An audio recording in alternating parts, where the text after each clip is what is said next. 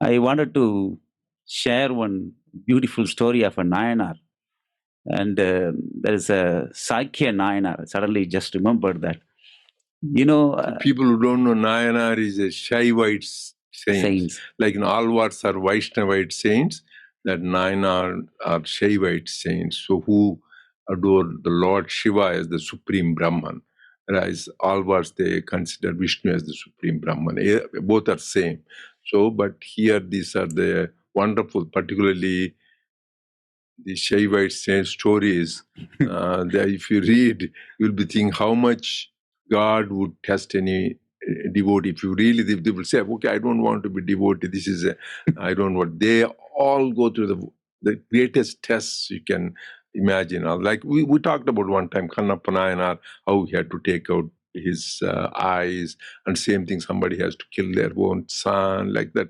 So many stories. You go ahead and share But this. in this unique story, what caught my eyes was really it's Sakya Nayanar is he basically had some land and he was doing the growing the thing and he was selling and that's how he lived. But the thing is, he had the passion, wanted to know what is this truth, what is the real truth.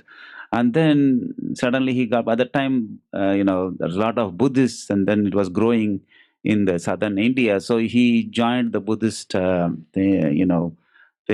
he practiced Buddhism, and then he became a Buddhist as well, and he was going and is doing that very sincerely, learned it.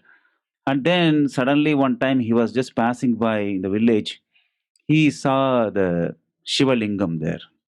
He got so attracted, and suddenly he had that so much love to have the Shiva Lingam. But already a Buddhist, and if you change, and it will be a problem. And he knew that, and then so how do he had that so much love, but how to really pray?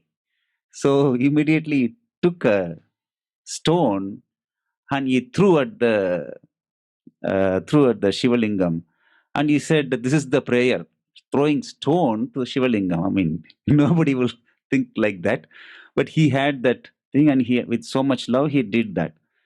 Then he went and he was that's the way he prayed and came back, and then he ate. So he took the next day also. He took every time. So okay, before he eats his lunch, only one time he eats. So then he would go take a stone and throw at the Shivalingam.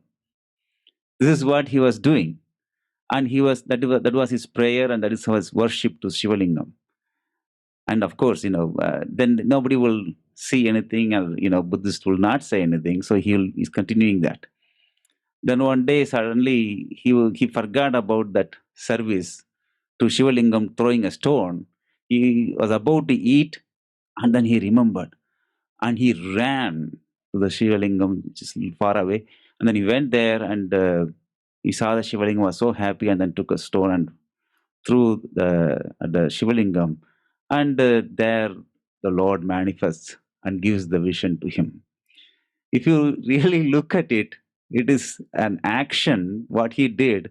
If you judge by the action, what he was doing, that he was throwing a stone at the Shivalingam, and the Lord is pleased by that, it will be looking very weird for us. For example, the thing given is that the child to the mother, it will pull the hair and anything, and the mother will not say anything. Immediately, mother will attend to the child. It is the love that matters, the underlying current, the fundamental is love. And if it is anything that is really, that action is done with that kind of love, then it automatically ends in that selfless nishkama karma. So I think that fundamental is love, if we can actually practice love. Good. So that is why God is called Bhava Priya, not Bhakya Priya. What feeling we have to do that. So it is good to put the flowers and decoration, Swami said, but more important is he give the Hrudaya Pushpa, you give the flower of the heart. The other more than all these other flowers. Same thing, everything is, there is a beautiful Manasika Stotram of Lord Shankara, what he talks about, not the, how internal puja you can do.